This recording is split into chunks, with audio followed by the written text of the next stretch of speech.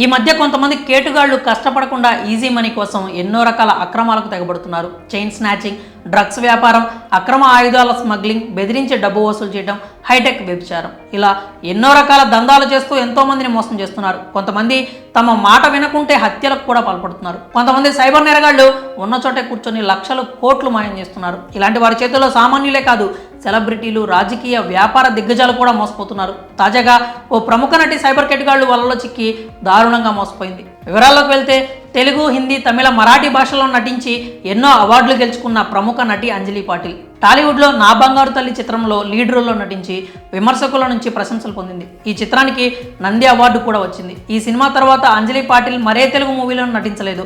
వరుసగా హిందీ, మరాఠీ చిత్రాల్లో నటిస్తోంది. కెరీర్ పరంగా ఎంతో బిజీగా ఉన్న అంజలి దారుణంగా మోసపోయి లక్షలు పోగొట్టుకుంది. అసలు ఏం జరిగిందంటే, అంజలి పాటిల్కి డిసెంబర్ 28న దీపక్ శర్మ అనే వ్యక్తి నుంచి ఒక కాల్ వచ్చింది.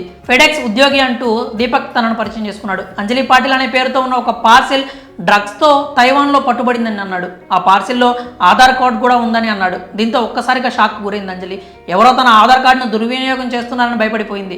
వెంటనే తాను సైబర్ క్రైమ్ డిపార్ట్మెంట్కి ఫోన్ చేస్తానని సదరు వ్యక్తితో చెప్పింది. కొద్దిసేపటి తర్వాత సైబర్ క్రైమ్ నుంచి బెనర్జీని మాట్లాడుతున్నా అంటూ మరో వ్యక్తి అంజలికి కాల్ చేశాడు. మీ ఆధార్ కార్డుకు 3 బ్యాంక్ అకౌంట్స్ ఉన్నాయి, అవి ప్రస్తుతం మనీ లాండరింగ్ కేసులో ఇరుక్కుపోయాయి అంటూ బెదిరించాడు. వాటిని ఫ్రీజ్ చేయించాలంటే 96,525 రూపాయలు పంపించాలని అంజలితో చెప్పాడు. అప్పటికే భయపడిపోయిన అంజలి పాటిల్ అతడు చెప్పిన అకౌంట్కి అమౌంట్ ట్రాన్స్ఫర్ చేసింది. తర్వాత ఇన్వెస్టిగేషన్ జరుగుతుంది, దీనికోసం 4,83,291 రూపాయలు పంపించాలని అన్నాడు. అలా పంపించిన అంజలికి తర్వాత అనుమానం వచ్చింది. తాను మోసపోయానని గ్రహించింది. వెంటనే సైబర్ క్రైమ్ పోలీసులను ఆశ్రయించింది. ఐపీసీ 419, 420 సెక్షన్స్ కింద కేసు నమోదు చేసుకొని దర్యాప్తు చేస్తున్నారు పోలీసులు. సెలబ్రిటీలను సైతం బురిడి కొట్టిస్తున్న కేటుగాళ్లతో సామాన్యులు కూడా జాగ్రత్తగా ఉండాలి. మరి ఈ ఘటనపై మీ అభిప్రాయాలు ఏంటో కామెంట్స్ రూపంలో తెలియజేయండి.